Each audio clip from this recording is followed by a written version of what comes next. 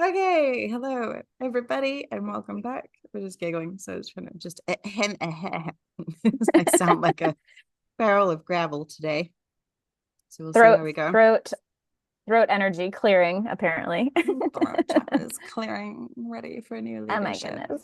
Yay. Um, Yes. yeah.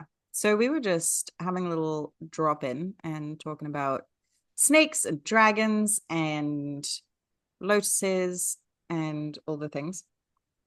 And we're remembering As one, that as one does. in as well, yeah, of course, who doesn't As one spend their does. day dropping in and talking about snakes and dragons? Like, why would you talk about anything else? What, the weather? What? No, snakes and dragons. No. Yeah. Mm. And we're remembering that in our New Year's episode coming into 2025, we were going to talk about the year of the snake. And I think we only kind of briefly touched on it. And I just did a little Googling. So we've been receiving lots of symbology from the snake and then pulling a card that was about the lotus and the mud and the transformation and the spiritual reveal and all of these good things. So as I was doing my little Googling there, I'm going to regurgitate some information that I've just learned. So, as we have well predicted, and many people have talked about already, this year is going to be creative and collaborative and inspiring and beautifully exciting and also highly fucking unpredictable and surprising and radical quick change for some, moving about all over the place, and for others, very, very stable, which sounds really nice. And so we've got the kind of transformation energy collectively, personally, with the snake. And then we've got the wood snake, particularly. That energy is it's in the, where is it? Heavenly frequency. I'm not pretending, by the way, that I know anything about the Chinese zodiac and astrology. But just getting a little gist of the things. Where did this thing go on the heavenly beauty? What's it? It's really good. Oh yeah, so like artistic and imaginative. Um, but it was speaking to the yin energy that's coming in also, because we had a yang energy with the dragon last year. So coming into the snake now with the wood snake as well, it's got the elements in the yin energies. So for some of us, this will be a nice yin kind of stabilizing year, which is A beautiful. nice change of pace. Yeah, Oh, how lovely. Stability. I love that for us. I love that for us. I Really looking really forward to I'm some of that. saying it like it's a joke, but it's not a joke. It's actually lovely. And as we've been expressing with each other this morning, like there is a stabilization that's happening right now in the field where it's been so volatile in the highs and in the lows. And I feel like because we're coming to the astrological and energetic new year around mid-March, like March 20th is the spring equinox and the astrological calendar year turns over again. And um with so essentially we're in what I like to call a death portal, and we're just never not in a death portal, by the way. We're like always in death portals. It's just which death portal are we in right now? I feel So like we're this was a always particularly deathy death portal, though, it was this last little extra while. deathy. It was Extra extra deathy, deathy. like really It was deathy. it's a really that's what we in the spiritual community like to call a technical phrase. It's extra deathy. And but it's been faster little death cycles of what's I've been noticing in my own life, but I've also been witnessing it in so many of my beloveds, whether they're in the quote unquote spiritual community or not. Everybody's deepest wounds have been getting triggered right now. And there's a reason for that. The deepest wounds are coming up because they cannot come with us where we are going. We are being asked to translate ourselves from the Homo sapien into the Homo sanctum, which we've spoken about on the last couple episodes. And because of that, the deepest wounds, not that they ever fully go away, but we're being asked to alchemize the wounds and the triggers that come up for us around these themes faster. And that's why it's been felt extra deathy. It's because the deepest muck from the bottom of the lake, as we've been rising to the top as the little lotus flowers that we are, it's coming up, and it's needing to be released, relinquished, purged. We've been through the year of the dragon this past year, and we've stepped into the year of the snake. And those are two similar energies. The dragon is the etheric, like that which we are calling in from the above. The above realms meaning the quantum realms, the above realms meaning the manifestation realms, the fairy realms. And the snake is the actualization, being on the snake sliding on the ground, belly to earth, belly to tree, belly to whatever physical thing it can touch, because that's how it maneuvers. So what that is it's an anchoring of the quantum realms, that which we've been calling in, into the physical reality. And it's been feeling extra spiky in the energies. The highs have been really fucking high, and the lows have been abysmally low. And I mean, like, to the level of low that I know there are beings in my life who I've been holding space for, like some of them, they don't want to live anymore. And that's not because they actually believe that that's a thing, that that's a real thing to follow through with. It's a collective energy that they are purging from the deepest wounds, because it is that intense of a low. And they've been able to alchemize it quickly. Like, also, some of those people I've spoken to, and like one day they speak to that, and the next day they've alchemized it. So we're working with energetic masters who are able to do things like this. And that, it's not to say that that makes them special. Everybody's capable of that to different extents. We just have to give ourselves permission to go there if we want to. And not everybody will choose it, because it's a very intense path, and even my friends and myself included. Sometimes I'm just like, what soul contract did I sign up for? That this is the gift I've been given by God. This is the warrior path. I'm like, wow, God, did I really sign up for this? Can you choose a different person? And it's like, no, this is your It's path. okay. I have 100% scheduled a union meeting for us all when we get back there, because we need to discuss our terms and conditions and overtime. Yeah, it's like, no, I'm good now. I've done the things. So yeah, anyways, it's that this spikiness has been important, because it feels like everything that we've been calling in and everything that we've been moving through between these highs and lows are finally coming into the stability, where like you and I, when we were checking in this morning, we're like, wow, it's actually feeling like, I mean, dare we say it, life's feeling kind of good right now. And it's feeling quite stable. It's feeling actionable. It's feeling possible. Everything we've been calling forward. And it's becoming much more easeful and graceful to be able to weave through the world. But like, last week, it really felt like, we, when we recorded our episode about, accepting the mission, that's a necessary part of the process before this stabilization of that frequency could even happen. It's like, I surrender, and I don't just surrender, I also accept. Like, that's the other side of the coin, right? It has to be in the balance of both that yin and that yang energy for us. So yeah, it's feeling exciting. Like, yesterday I was at ecstatic dance, and I had a moment where I felt an overwhelm of feeling, a surge of feeling. I actually want to stop using the word overwhelm if I can help it. I like the word surge. I felt a surge of feeling, of emotionality, because I felt very much the excitement and trepidation of what is happening and what's coming in. And I've allowed my auric field, my energetic body and capacity to expand and contract so much, because it's so plastic. Like, I've been working on that muscle over the past several years, where I can hold a tremendous amount of energy, of unknown, of void energy, and feel safe in that.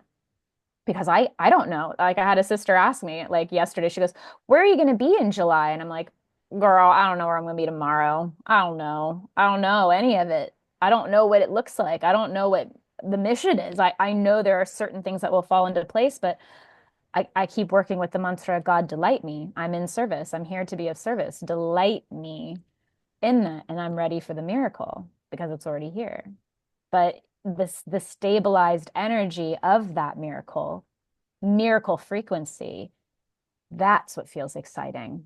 It's like, ooh, it's about to get really good. What does that mean? I don't know, but it's already good and it's just going to continue. I love that for me. I love it for we. I love it more. Yes.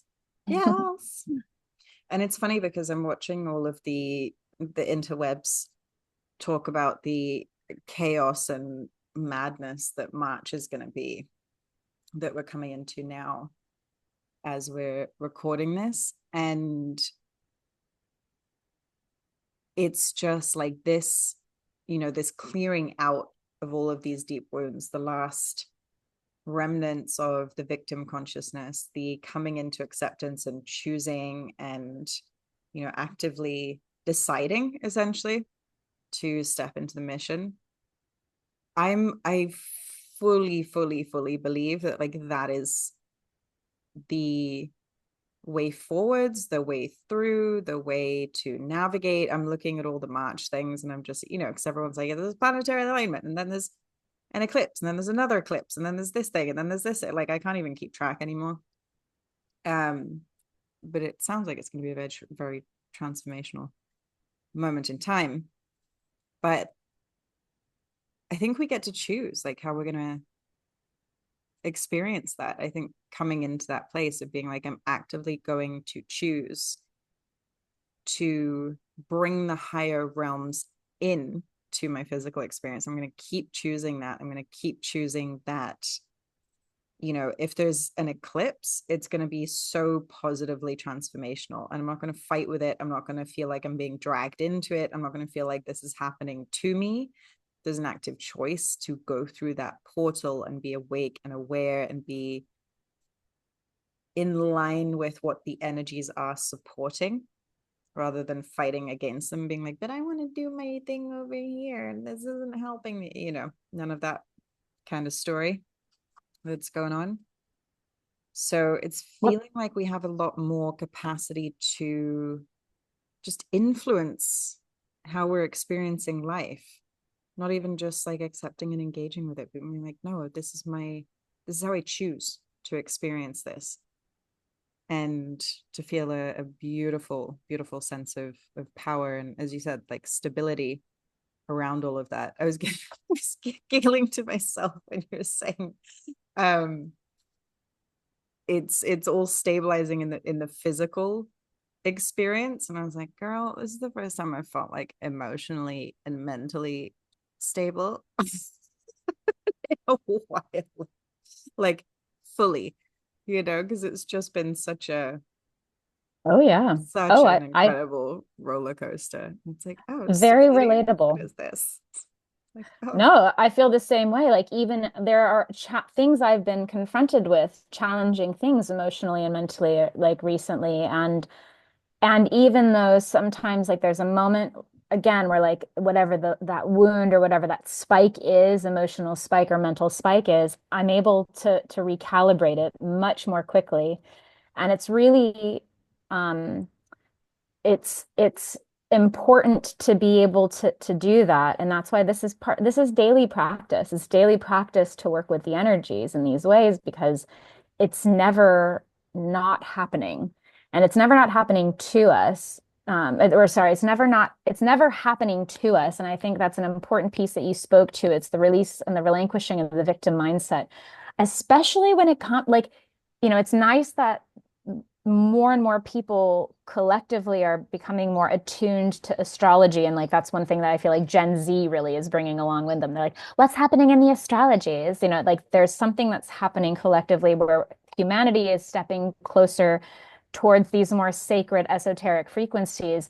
But it's very, very easy to victimize oneself subconsciously with that. We're like, well, I was just, Neptune was really just, it was a doozy time for me with my Neptune cycle. And I have to be very honest, as one who's been through a doozy Neptune cycle, Neptune's the fucking worst. But I have to be, but it's also like, it's really easy to victimize ourselves, where it's like, oh, Venus is in retrograde. Oh God, that's just going to mean all these things. And it's like, but we spoke to fate versus destiny. And so the victim always sits in fate frequency, whereas the empowered warrior, like we're getting ready for Aries season, right? The empowered warrior is moving from a space of destiny, choosing it, right? Like not just being like, well, I'm fated to be, I'm fated to be God's strongest warrior. Woe's me. It's like, no, this is it. Like, what else am I going to do? I can fight it. I can feel victim to it, but I can also just, again, choose it.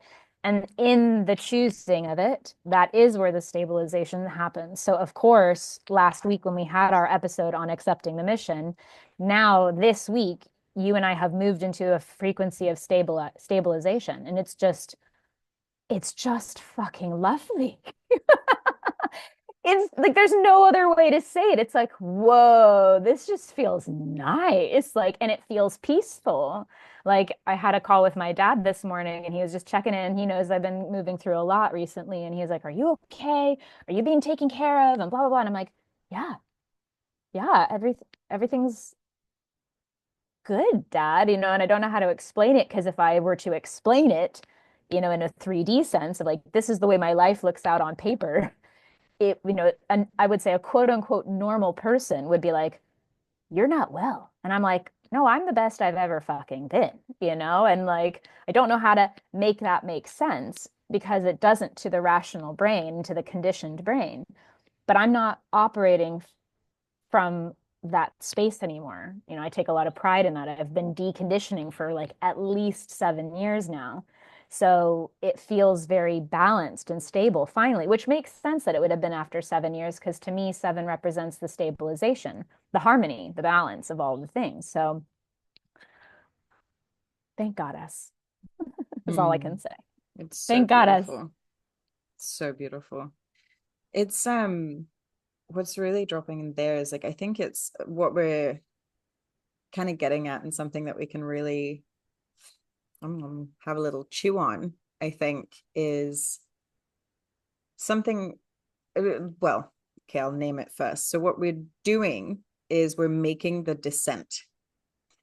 This has actually been on my mind for the last few days because I'm working out various frameworks and things like this for work stuff. But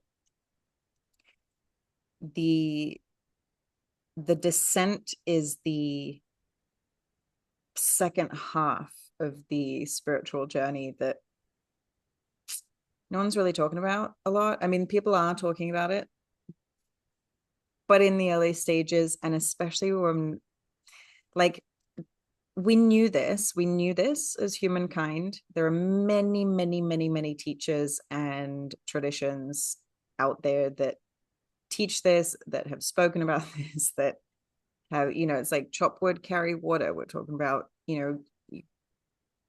find enlightenment, and then you have to go and do life. Like you have to do humaning. You have to go and do the humaning.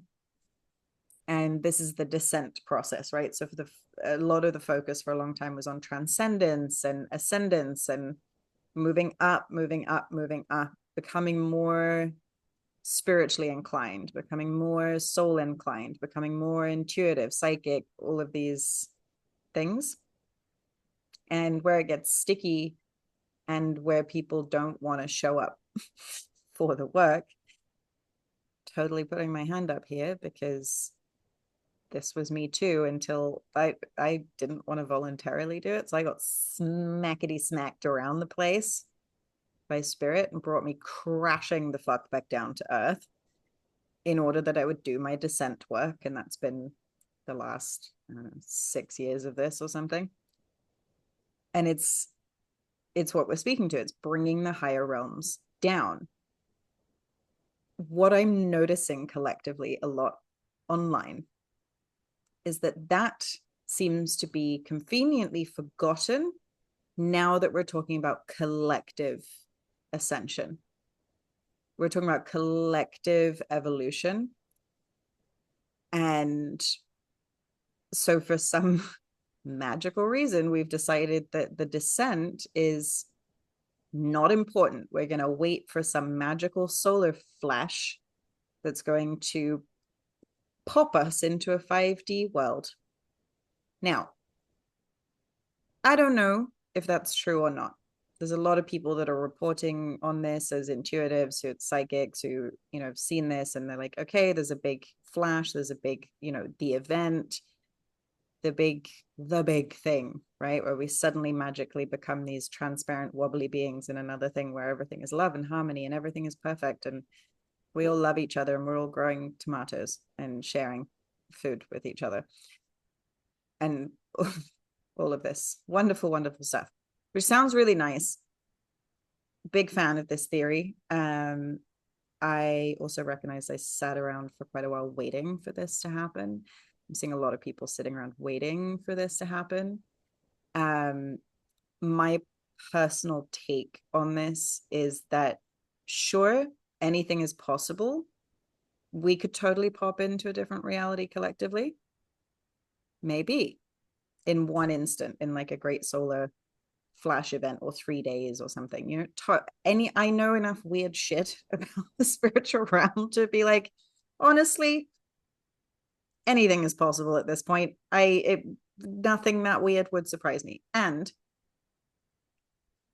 from a human perspective, I feel like what is probably more likely, also knowing a lot about energy and reading energy and how things are quite often symbolic, and when we are having visions and having experiences, we're viewing it in the liminal space, in the spirit realm, in the ethers, wherever we're seeing it, in the quantum field, where there is no space-time reality. So there is no linear time frame to go off of with this. What I think is probably more likely is that this has already been happening for years and years and years and years, and this big flash of light is actually all of these solar flares that are happening gradually over a really long period of time. So this big flash of light is actually slowed way the fuck down in the linear timeline and takes a much longer time, and it's going to happen more gradually because the whole physical body actually has to go through that transformation. We've been talking about that in the we were talking about it in the episode last week. But in this next phase, like this choosing, this stepping in, what's happened is like a massive descent, like the like final wave into the descent. It was like landing back in the body so fully, which is what's creating the stability, you know. And as I was getting into this accepting the mission, choosing the mission state, as I came into that, it was like the thing I had the most aversion to was actually the most aligned for my descent into the body. And it was like, oh, then it came all the way to, if you know, if we consider the chakra system, I tend not to, but there's, you know, some energy centers going there. If you use that as a framework, it came all the way down into the sacral, into the womb, into the root chakra as that was landing.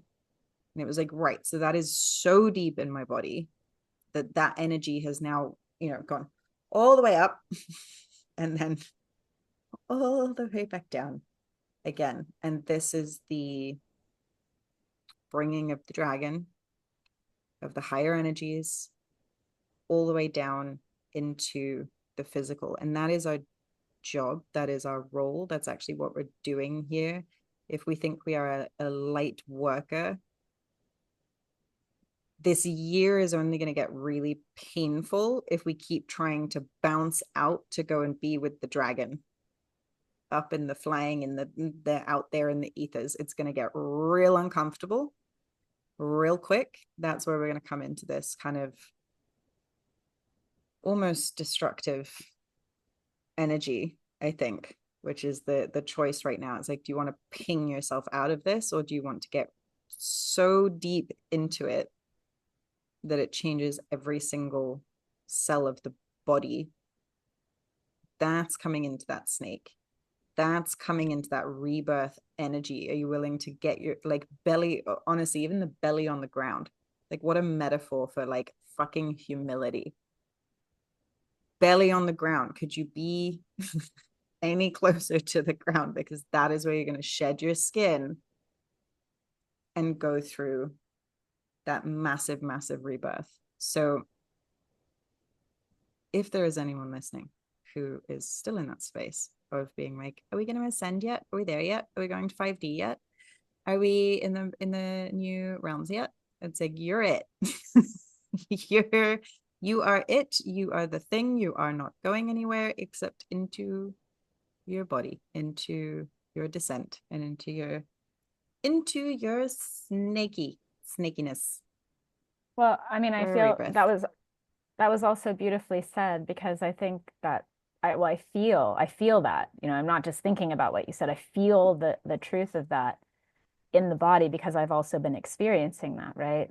Like Carl Jung says, self-actualization is God realization, but self-realization, part of that process is the remembrance of being a soul with a body, right? We're here to remember our God essence on earth. And, you know, on the path of awakening, right? It usually starts with some sort of spark of who am I? What am I here for? What is actually going on here? And is so obsessed with the ego. Who am I? Who am I? Who am I? Looking outside for external validation, whether it's through religion, whether it's through shamanic practices, whether it's through, you know, astrology or other esoterics, to become so kind of self-absorbed in a way of just like invalidated in the self, that we shatter through the illusion of self, and we come out the other end after that descent into, wow, I am everything. I am God, right? And on that, in that level, then there's a deep humility and grace, you know. And I think that in a best case scenario, that comes before the next phase, which is like realizing that you're God, you know, like in a more like a powerful way, to because really truly it takes incredible humility of it, like, you know, in a very tangible mythological storytelling perspective. It's like the king who refuses the throne, or the queen who refuses the throne, because they're like, I'm not worthy, I don't want it, I don't want it. And it's actually, that's usually, you know, the exact leader that you want, because there's a level of humility and grace there for them to be able to accept that, like, it's not about not being worthy, but it's about being like, I'm not, who am I to accept it, right? And it's like, actually, my love, you're here to accept that you are all powerful, and you really are here to lead the people, you know, in that kind of a capacity. So that's where we're coming from. And like when I'm hearing you speak to, it's going to be really uncomfortable if people are avoiding that. It's again, the embodiment journey, the descent into the body, the acceptance of the body, and the divinity of the body. Again, like this is one of our first episodes, your humanity is your divinity. That's the most uncomfortable piece. And I think people still are avoiding it because it's really uncomfortable to have a body. I'm like finally really truly accepting it. I've always kind of known that in different capacities, but it's like feeling is intense. That's why most people are avoidant of feeling, because feeling feels like you're going to explode. Speaking from personal experience, a lot of feeling feels like a spontaneous combustion of self almost, right? A destruction. I'm going to die if I feel this much. And the body allows us to feel that. So people are avoiding it. And again, waiting, putting it on the external. Something is going to save us. Someone is going to save us. Something is going to do it. Waiting begets more waiting.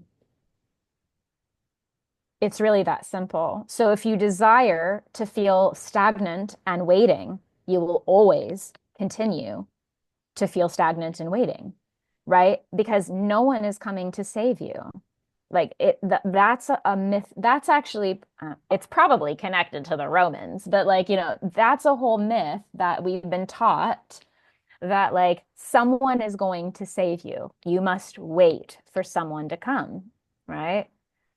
No one's coming. And actually, something that feels really, really important to speak to is like I always kind of knew this information, but it became much more tangibly like anchored in the body recently, is the Egyptian and Hindu gods and goddesses who are shown with animal heads oftentimes. If you cut into different parts of the brain or different parts of the body, um, the animal shaped heads of these deities replicate the parts of the body within us. So like if you start realizing, which really, what does that mean? It means that you are God. These different deities who represent threads of God, because God is unfathomable. It's impossible to wrap our head really clearly around God because it's omnipotent, it's omniscient, it's everything. It's very complex to wrap the human brain to fathom it. So what we've done over the centuries as humans is we've created stories and myths to help us fragment God in these different deities to try to begin to comprehend what it is. And really all it is it's like, it's you. You are God. And it's like, that and it's important to realize that you are God and you are not. That's why we still have prayer to the external, because there are things outside of our control that we will never have access to, as we should not, right? And there are things that we do have access to.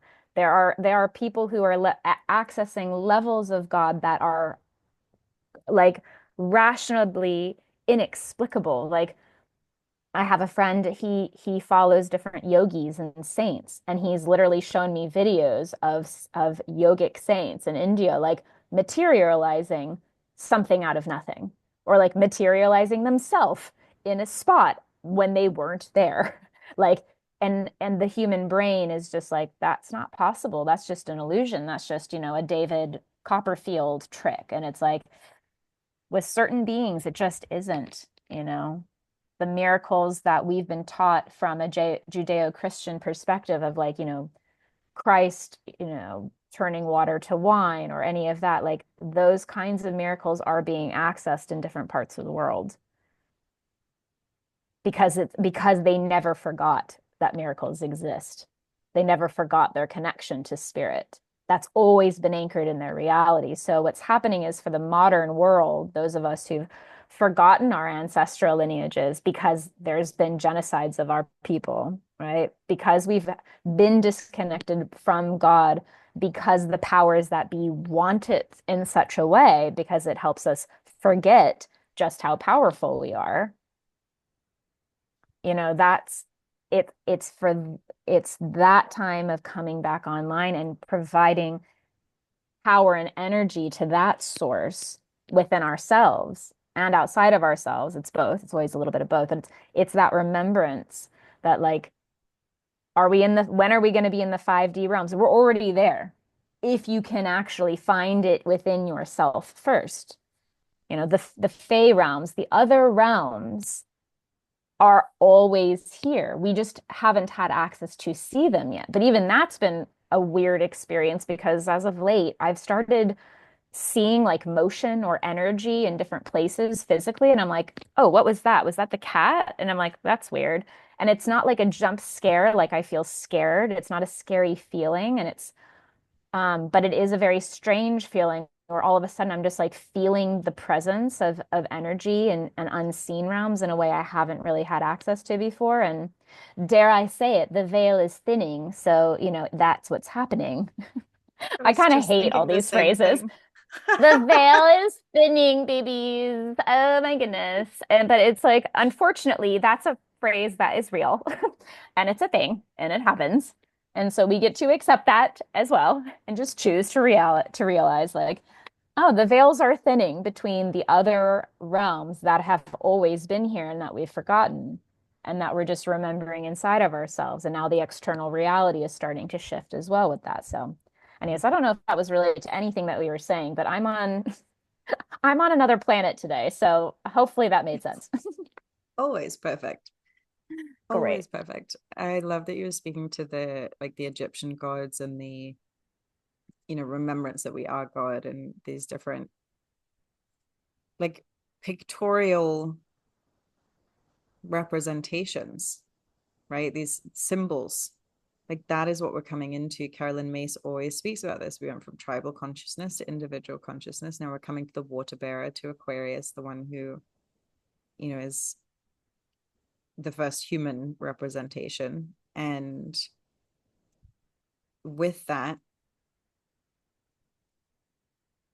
is the symbolic consciousness, I think she called it. I was trying to remember what she named it there, but it is symbolic consciousness. And we started seeing this a while ago when brands came in the commercial land and world. This was the beginning of symbolic consciousness. Is also where we started learning about psychology and like Carl Jung's work and all of this. Like that was the beginning of this transition into symbolic consciousness, symbolic awareness, symbolic living, essentially, and the rules of that, right? And this, I mean, this is one of the biggest bones I have to pick with a lot of the new age and spirituality stuff, is that everything is taken as literal. And I think this is where people get really, really stuck, and it's a really big ego trap. And this is what prevents the descent, actually, in the clearest form, is we're taking it as literal. Like past lives, oh, it's literal. No, it's not. The gods and goddesses and all of the things, it's literal. Is it a real experience? Absolutely. If you know how energy works, you know that. Is it symbolic? Yes, more so. Are we understanding that we can relate to this and go deeper into this and, see what is this myth? What is this story? What is this here to tell me? What's the deeper meaning behind all of this? And so I know you sent me I can't remember who it was who did it, but you sent me that Instagram reel that was like showing all of these different parts of the body and the different creatures or gods or goddesses. Same with the animal kingdom. And I was doing some research this morning because what I'm putting together for work is like I'm trying to bring together quantum mechanics, quantum physics. This is something I got really nerdy about quite some years ago. And I was like, all right, I need to bring those back in. The spiritual laws, the spiritual and mystical laws, and then like the mythological or spiritual texts and sacred information that we do have. And I was coming across some of there were these little like statements from the Bible, actually, that came in that were literally speaking to these things. This is what I think people miss a lot of the time, is like it's all related. It has, if it's truth, it has to be true everywhere for everyone in every time frame in history, in all of the things. I was giggling to myself because I was like, oh, this is so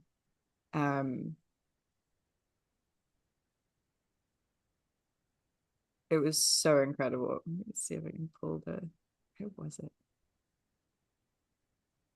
Oh, I can't find the thing. Anyway, it was like ask and it shall be given. Like there's all of these things that was breaking it down. I was matching it up with these spiritual laws. But that symbolic consciousness of what we're coming into, and you and I talk about this such a lot because it's how we navigate life and understanding everything that is there in life. But we have to read into everything and then apply it, not get stuck in the literal. Like this is the bringing it in and through, right? So it's like, how do we actually start to work with that practically, right? How do we actually start to look at that? Because we keep doing this like worship thing where we're like God and the gods and goddesses and all of the things. We do all of this worship, or we assume that the things we're engaging with that are symbol are actually literal, and we get stuck in that like direct translation. We're like, oh, it must be that out there. Like, I'm just even thinking like the mermaid, for example. It's like, is this a literal thing? Maybe, I don't know. It's probably more likely an energy, the same as we are. I'm an energy. I'm a vibe. You're such a vibe, babe. Totally feel that. Yeah. It's a vibe. And it's like, what can we learn from said vibe or said frequency that's there? And how do we start to like embody the qualities that are being shown? Like, what are we seeing, right? If we bring the understanding of quantum physics, if we bring the understanding of spiritual law, if we bring all of this together, we go, okay, as within, so without. We know from particle physics and quantum physics that like molecules and atoms versus a wave, they behave different. Through what? Through observation. What you see from the inside out, you create it. The minute you look at the particles, sorry, the minute you observe the wave, it collapses into a structure, into particles. So it becomes a form. This is what we're doing with our physical reality. It's like all of these. I got excited about quantum physics and I forgot where I was going with that. I was like the symbol, right? So we can't take it literally because we have to go, oh, right. So the symbol is an internal thing that I'm seeing outside of me that I think is not within me. I've put it out there, but then I'm assuming it's just going to stay out there, especially when it comes to the divine, especially when it comes to these aspects of like remembering that we are God. We'd much rather it be out there. It's so much easier because then we'd have to take responsibility for embodying those characteristics. And like there's a lot of characteristics of God, like we were made in the image of God, right? There's a lot of characteristics of God that we'd rather not go near, we'd rather not touch, we'd rather not embody, because there's a lot of different facets, a lot of different faces and expressions and frequencies. If we look at the entire, every pantheon that has ever existed all over the world in every religion and culture and tradition, there's a wide range of facets and characteristics and embodiment that is to be discovered and to be done, and for those symbols to be remembered within us and taken on. But like some of that is like real power, real boundaries, real multidimensional potential, real you don't need to say the thing out loud that you don't want to say, to not always be the nice one, to hold sacred rage or whatever it is. There's a lot of things we'd rather leave to the realms of the gods, because then we don't have to step into destiny, right? It's like looping it all back in again, stepping into destiny. So well, anyway, with that entirely long rant, happy for you to share the things you want to also that came through there. But I also would love to more about the dragon energy than I do. And I think in this, like the symbol that is, and then the snaky, I know we've gone into it a little bit, but no, I mean, this is I appreciated everything you said, including you getting a little sidetracked by the quantum. It's amazing. I love it. It's great. It's so sweet. Like, I love it. I get excited. I love it. It's great. I love when people get excited about the things that they love. It's refreshing. So many people don't allow themselves to love the things they love or to go down those rabbit holes. So like it's always really joyful to, even if it's not something I can relate to, and I can definitely relate to the quantum thing, but like, if somebody's speaking to me about like something I'm deep, like, somebody is, really obsessed with spreadsheets and they want to keep talking about, I don't know, Google like sheets. And I'm like, oh God, I really could really be fucked to care less about any of this. But you know what? So what I do is I tap into that part of me that's like, you know what? This brings them so much joy. I love that they're in their joy right now. And it's just like allowing it. And it's like, that's great. I love that for you, baby. Keep going. Great. But also I'm going to go get a coffee now. So I'm done, I'm maybe done with this conversation, but I love the joy. I super support that. Anyways, I love that.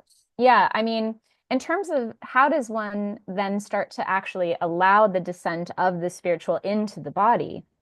I mean, I guess there's not really a right answer, but I can at least speak to my own embodied gnosis of this and what I have seen work for not only like my beloveds in my life, but also clients and like think people I've worked with, it's you have to give people a framework to first become aware of the language of God. And the language of God, and we've touched on this in other episodes as well, it's God speaks in everything because God is everything, even the very uncomfortable, dark, malevolent things. That's also God. And you have to make peace with that as well. Like it's all God, even the most horrific, quote unquote, evil things. That too is a form of God. It's just God playing like God in drag, like God and that's a beautiful phrase. I feel like that's a Ram Dass quote. It's like everyone and everything is God in drag, like that's just it. And so when you start noticing that everything is God, then you realize, well, oh, like this tree is God. And then you realize the butterfly is God. And then you realize, like the wind is God. And you realize the human before you is God. And so is the little cat that comes to visit you. And so is, like the person who comes to clean your home. Like everything is God. So now you start to notice, then you start to like, okay, once you become aware, then you're like, okay, well, what does this mean? And why did this show up now in this exact moment? And, the beautiful practice is like, what was I thinking about, or where was I? What world was I traveling in? If I wasn't in this one, where was I like daydreaming or like escaping to or thinking about? Where was I when that thing dropped in that moment? Right? Like, oh, I just said that thing, and then all of a sudden it started to rain. Oh, and I was in a really emotional space, and all of a sudden I feel better with the cleansing of the rain. Oh, that's what rain means to me. Rain is a form of cleansing. Rain is a form of cooling, is a form of washing it all away. And if I have a very deep connection and always have with symbols. Like I was kind of just born that way. That's how it's always worked for me. I work in images. I dream. I can remember my dreams all the way back to when I was about 3 years old, which I found out recently is not quote unquote normal. Not everybody does that. And I'm like, oh, maybe that's a superpower I have. Great. But like I see things, I work in a lot of visuals. And I'm also very obsessed with symbols. Like I studied literature in school. And I've worked in, I'm an artist, I'm a dancer, so there's a lot of things like, well, what does this movement represent? And what does this image represent? I do a lot of work with art history. So like this is all part of just my passion and my like I'll just say obsessions. So I'm already naturally in that space. But for those who are not quite as like obsessed as I am with the things, and you have to practice it a little bit more because you want to get better at it. Well, first you become aware, then you start questioning, why is this particular thing happening in this exact moment? What was I thinking about? And then when we're first building confidence in it, it's like you usually there's like go online and see what it means. Oh, what is this particular plant? Like this tree fell right in front of me before I like, stepped onto the path. And wow, what a moment. I almost got crushed under the tree. Great. So like what is this tree though? And then you look up what that tree means in a spiritual context and you find out the tree means, like new beginnings, like whatever. And you're like, whoa, now I get to relate to how does that relate to my life? Wow, this relates to my life because I literally just started a new job or I was thinking about starting a new job. And it's like, right, whatever it is, I'm making up a very made up scenario. But like it's that level of application. It's a constant observe, reflect, embrace, observe, reflect, embrace, and sometimes that embracing um, stage, we have resistance to it. It takes longer. It might take years. It might take just a few moments. And that's what when we're talking about energetic alchemy, and I'm saying things are happening faster now and I'm becoming more masterful at it. It's because I've learned how to embrace things faster, right? And it's because I just accept it. I'm like, well, this is what's happening. And it's not because I'm a victim of it. It's just like, this is, wow, all right, you know, there's a lot of phrases that can speak to that. Rejection is redirection, things like of that nature. And I just accept that. I've experienced so much loss in my life already, both like literal and metaphorical, that I've come to really accept death death, physical death, but like, metaphorical, mythological death, to the point where I just realize it's all happening it's not even happening for me, it's happening through me. Like I'm just allowing it to happen, and it's not because I want it always to happen, but I just know it's happening. So yeah, that embracing stage of the journey after the observation, the reflection, that can be where the sticky part is.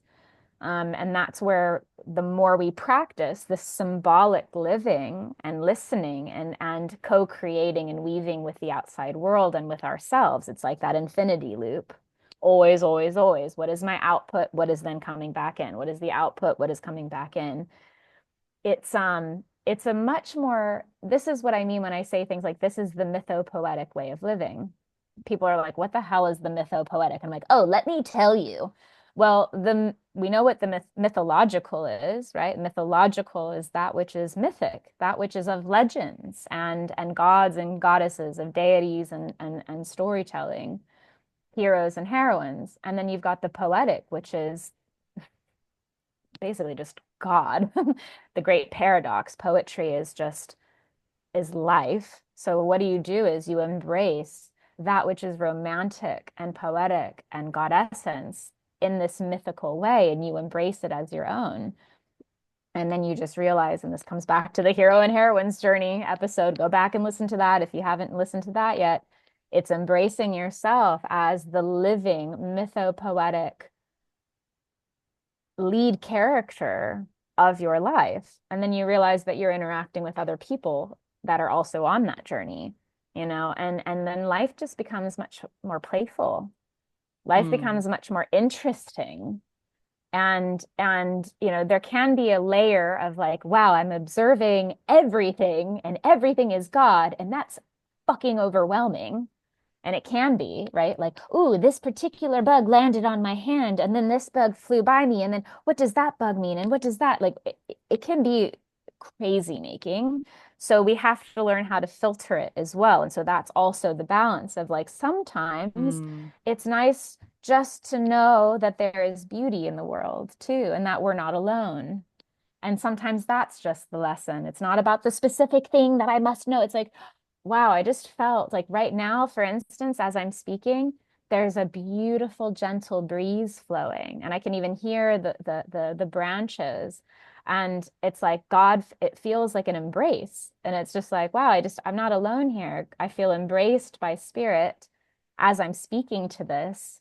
And it feels like, I feel not alone.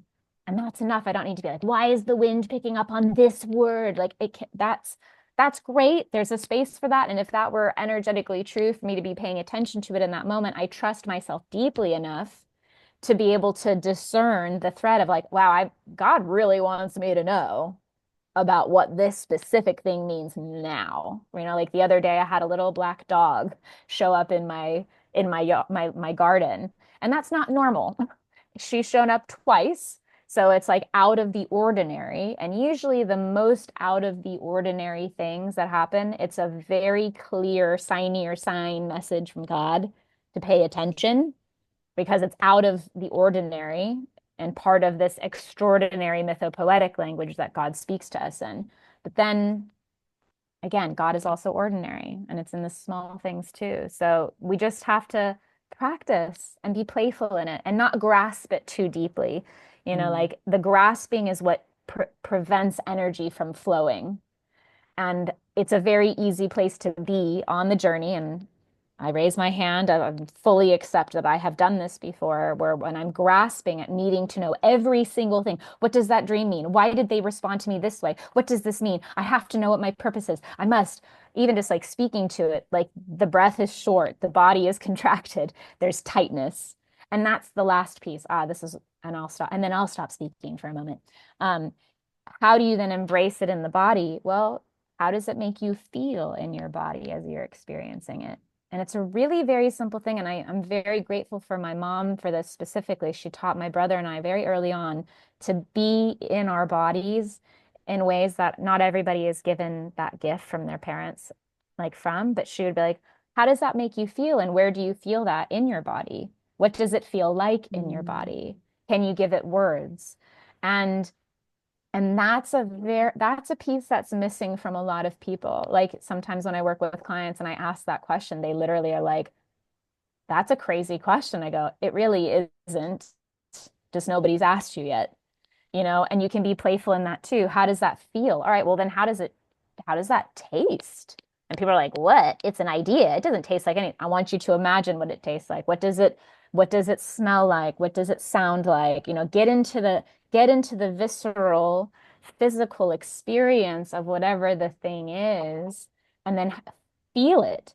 Oh, I feel, well, if the butterfly just passed by me, like literally just had a butterfly pass by me, and I'm like, oh, wow, that feels like a little bit of champagne bubbles in my heart, like little explosions of champagne bubbles in my heart. Wow. What I feel like just even in just a tiny moment, I feel the wonder of that. That just feels lovely to feel. There's nothing more to do with it than to just accept and embrace the loveliness, you know? Mm. It's not that complicated, but we will do everything to avoid it because it is uncomfortable when we are first realizing and accepting the mission, the ultimate mission, which is I am spirit in a body. When you accept the mission that you are a human being and you have a body and that you are meant to feel things and sense things and experience things, and that's the role that you as a divine essence, as essence of divine, have chosen in this incarnation to experience, not to outsource it to anyone or anything else, but to be like, I have accepted that I'm a human in this reality. Great. What does that feel like? And most of the time, it's going to be really uncomfortable. And that's okay. That's beautiful too. That is also God. Mm. So beautiful. Yeah, it's like I love that you're speaking to the piece around like really knowing when there's a message, when something is meant to come through that you're meant to see. Because we can play from that space of like lack and the grasping and oh my God, what does it mean? And lack of self-trust. And then we think we're going to miss it or we have to analyze everything, all the meanings, all of the things all of the time. And then there's the other side of it where we go into like I don't necessarily want to use the word arrogance, but there's another side to it where it's like there's the control. And I find this starts to equally block the descent, which is Yeah.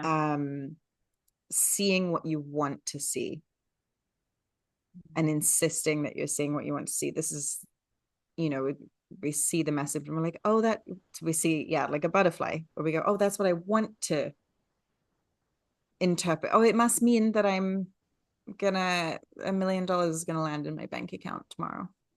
Like that's an extreme example, like ridiculous example, but you get what I mean, right? It's like it's those pieces. The biggest areas I see this around is like love and money. I see this the most around love and money.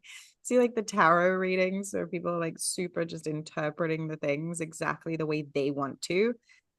Like, how do I get him back? Well, God may not think that's a good idea for you. So, so the agenda comes in of what this means. There's like, the lack of confidence, or there's the over controlling and the needing to have your own agenda come in. And that like equally disrupts this like descent process. And as you're saying, the observation, the reflection, and the embrace, right? There has to be a willingness to come into openness to truth. And there are a couple of things through this whole call, I think, where it's like it all ties into this really is like, don't assume that God is good, right? You were speaking to like the craziest, most awful, horrific things on the planet. It's still all God. There's a lot of people who are like, oh well, no, there's evil, and they're like, sure, yeah, and there's one source as well. At the end of it all, it's part of this consciousness. So all of these things, like we can't assume God is good and wants us to be happy 24 hours a day. I don't think that's really why we came here. I think God is consciousness and neutral and is all and nothing and all the things. So when we get into that space of like, oh, I don't know what I'm doing and I need to apply meaning to everything so I don't miss a single thing and I get every message possible. And there's the other side of like, I'm going to assume that God loves me and wants me to be a millionaire. Therefore, like this butterfly definitely means that I'm going to have $1 million in my bank account by the end of the day. Or I saw 1111, so it must be happening. And we grasp those and we apply our agenda. We apply our filter to it, so that coming into the acceptance, into the humility, right, into the openness to see what's actually there. Like actually see what's there, and then you start to come into that trust in the descent process of like, okay, and the reading of the language of God and experiencing the language of God, you come into that state of being where you're like, okay, I don't need to go looking for this. I also don't need to control it. I just need to be open for it to come through. And if we start to know the language of God in that way and know how this process works and trust that we're being our humany selves and doing our humany thing, that if we're meant to have a message, we will have it. Like I had an experience of this recently. Like I was doing these readings for the beginning of the year for 2025. And I thought to myself, I was like, oh, I should probably, this was weeks ago, by the way. So it's like, oh, I should probably, maybe I could do one for myself. Like this is quite a cool framework. I could do one for myself. And I thought a couple of times and I was like, oh, I should do one for myself. And I was like, oh, well, never mind. Whatever, la, la, la, la. And then a girlfriend said it. And she goes, hey, so you know those readings you're doing? Have you done one for yourself? You should really do one for yourself. I was like, oh, I was thinking that. Yeah, I probably should. Immediately. La la la la la la la la la. I have better things to do than this. La la la. And then I thought it again yesterday. And then another girlfriend told me this morning. She was like, did you do a reading for yourself? And I was like, okay, at this point, message received. Like we will get smacked upside the head with the message. Yeah. Without a doubt. And then that means that we can carry on with our life. Just keep doing what we're doing. We're not waiting for the sign, or we're not trying to force or coerce the sign. When it comes in, it's very loud and it will be repeated if necessary, because that's what needs to happen, because it just is. It's like if we really need to get it, it's gonna show up like over and over and over again until it's like, hello. Exactly. I mean, it's, you know, and like people speak a lot to like receiving tests, right? And I'm not sure how I feel about that word. It makes sense to me, but I also don't always love using it either. But it's like spirit will, once you've started embracing whatever the new energy is, whatever the message is, there will be trials to see if you've really embraced it or not, you know? And we can't technically fail a test. Sometimes we have to relearn a lesson or get knocked upside the head with the message many times till it finally really lands for us. And that's not, again, it's not a good or a bad thing. I mean, I've had plenty of lessons, unfortunately, but apparently that was exactly what I wanted because that's what I got, where I've had to walk into fire, like not literal fire, but like metaphorical fire to learn lessons, to be burnt and charred so badly that I'm like, oh yeah, no, I won't do that again because that hurt last time and that sucked. And it was like, how many times do you need to do it till you actually learn the lesson? And it's like, oh, sometimes we really pick doozy lessons till we finally embrace it. And that's where people usually have moments where like, come to Jesus moments or like death, like like at the verge of life, like death moments, near death experiences where people in the physical or whatnot, because again, messages are coming again and again, and you're just not paying attention to it, you're not doing anything about it, and then finally the sign will come in and be like, pay the fuck attention, whatever that means. It might come in the form of a 6 foot man. It might come in the form of a car accident. It might come in the form of like whatever it is.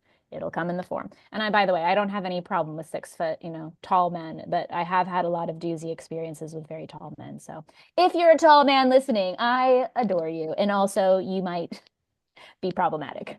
I don't know. I don't know. It's fine. But you might not be. Great. It's all God. It's fine. Clearly, you all know what my lessons have come in, so I'm not obvious. It is, I just want to bring it back though to even like the dragon and the snake energy too, right? Because they're related. They're related energies. They have snake-like forms. And we were talking about this coming at it from the Chinese astrology and the Chinese mythologies.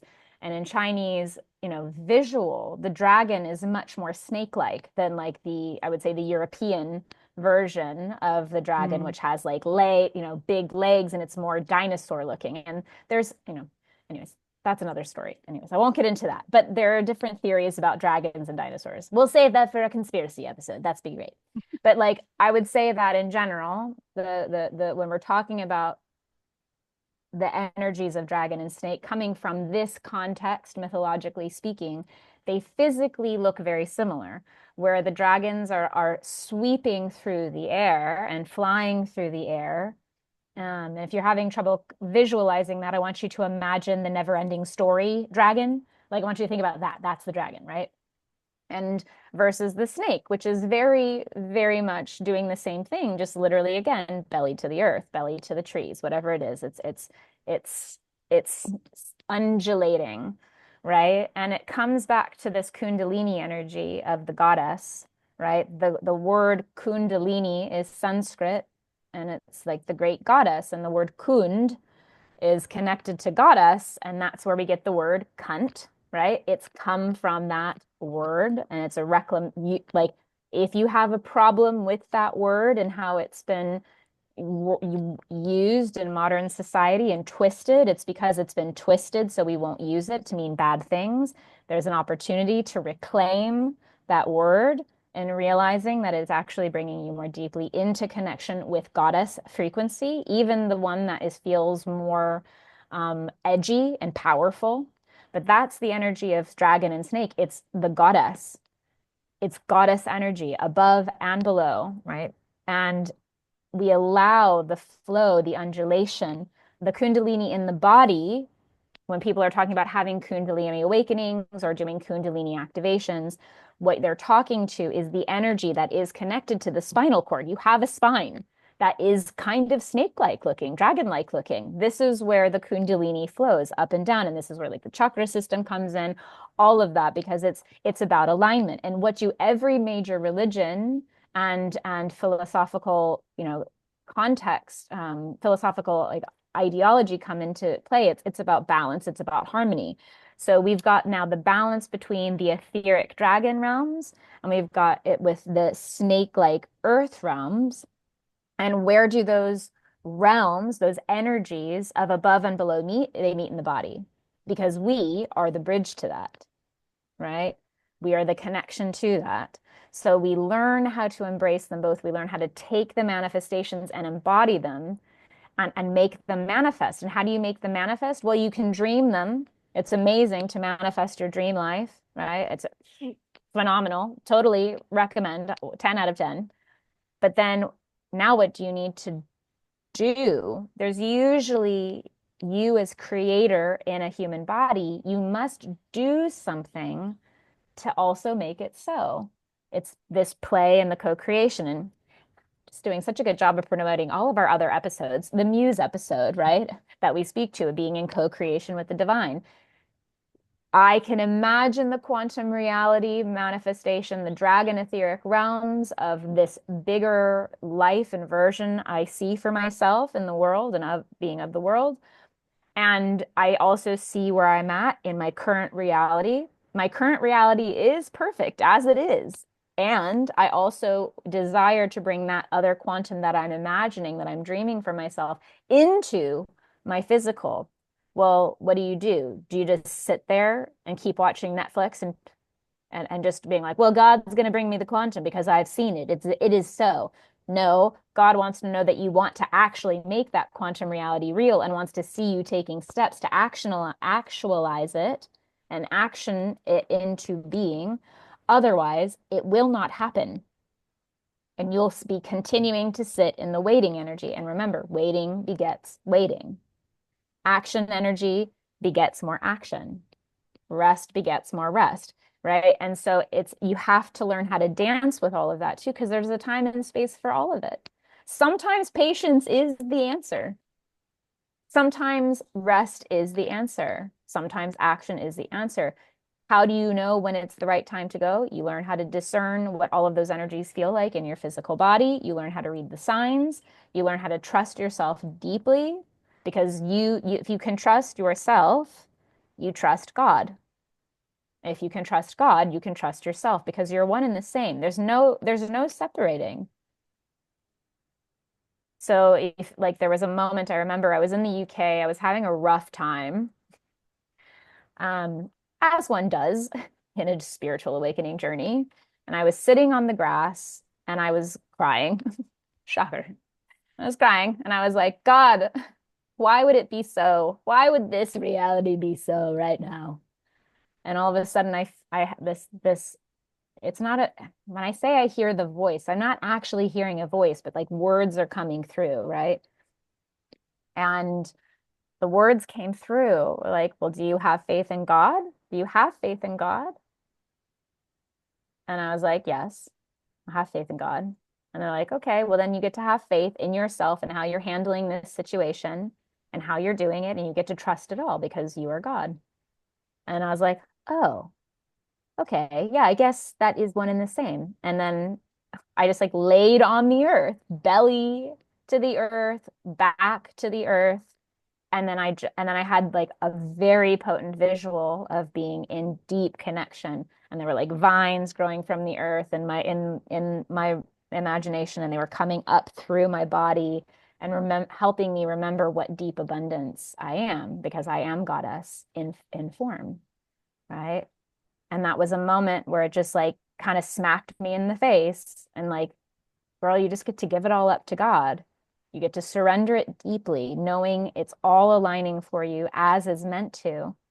Nothing that is for you can never not be for you. It will always be so. And still taking the necessary measures of receiving, of taking action, of being patient. Sometimes it feels like all at once to make it so.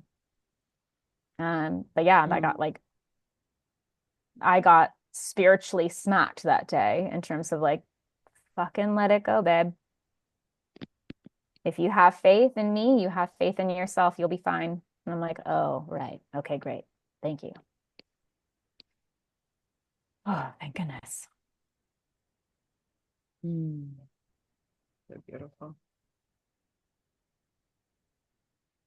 Yeah. I love what you're speaking to with the action, the receiving, the resting. It's like there's the dynamic, the three pieces, right, that cause the dynamic. And I think this is such a good,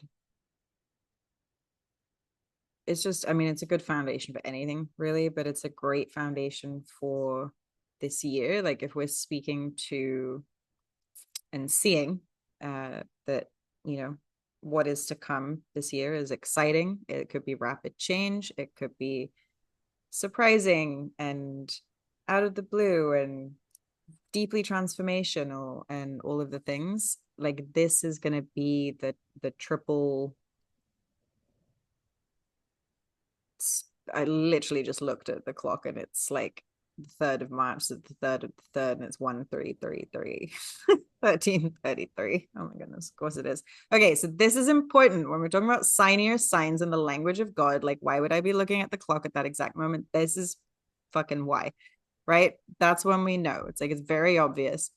So this 3-piece bit of information that's in everything. Bit of information. I don't have a name for this.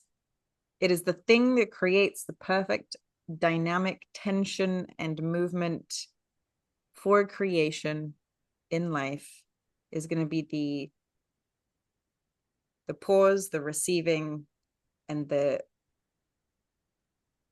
outward movement, is things are leaving you, coming from you. There's the bringing things in, bringing things into your being, into your awareness. You're reaching and bringing in, I don't know, resources, bringing in knowledge, bringing in energy, whatever it is, you're pulling things in. There is the rest, the pause, where you're like not really in any kind of movement. There's a doing something else, very, very neutral. Usually for me, this is like cooking for myself, not really putting anything out. It's just kind of a neutral space for me. It's kind of, it's not wildly creative. Like it's a little bit creative, but it's not wild creative output. It's just this nice balanced thing that's like, it's calming and therapeutic because it's neutral.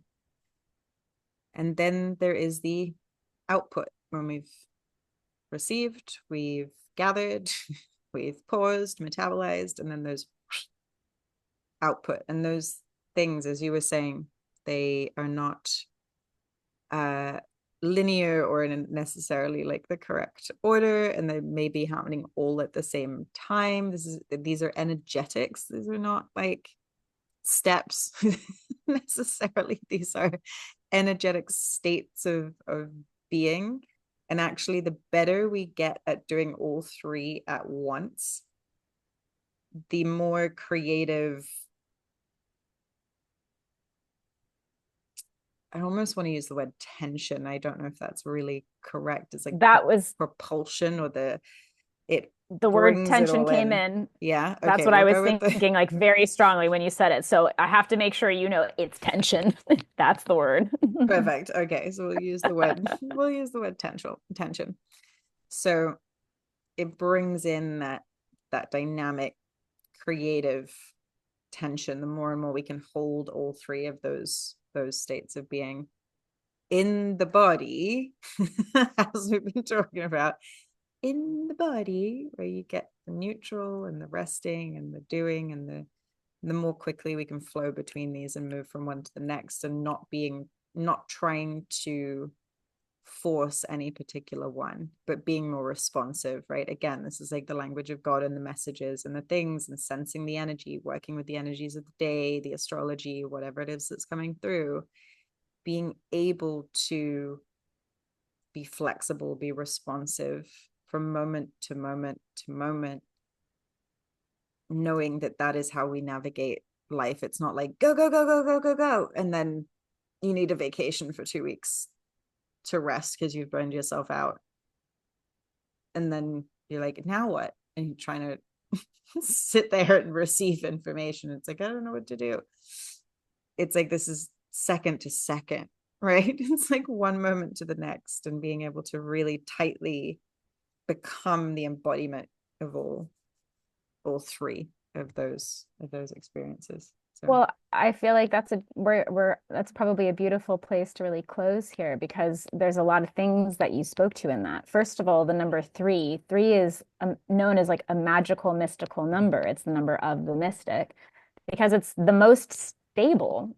Like you've got like it creates a triangle, right? When you've got three. And that's the most stable foundation, is that triangle, right? That's my understanding of, like, I don't know, shapes, but I think that's I true. think I don't so. think I'm making that up, but like I think that's true. Anyways, we're going with that. Anyways, so like there's that. So first of all, just go with that, okay? Just believe, just don't question it. So funny, tickle myself. Anyways, three is a magic number. That is definitely true. I do know that. Three is a very mystical number across the ages.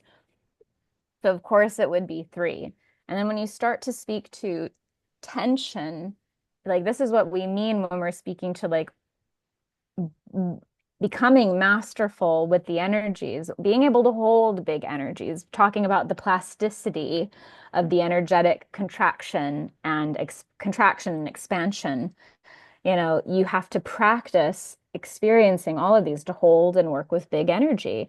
And it does require mastery, it does require patience, it does require action and reception. Reception is a very passive action, right? Whereas you've got a dynamic action with the output, a stage that you're speaking to, you've got the passive action of receiving, and then you've got the stagnancy, the stability of patience. And learning how to feel all of those different pieces at the same time does require a certain level of energetic mastery. And bringing it back to the theme of this whole podcast episode is stabilizing it in the body.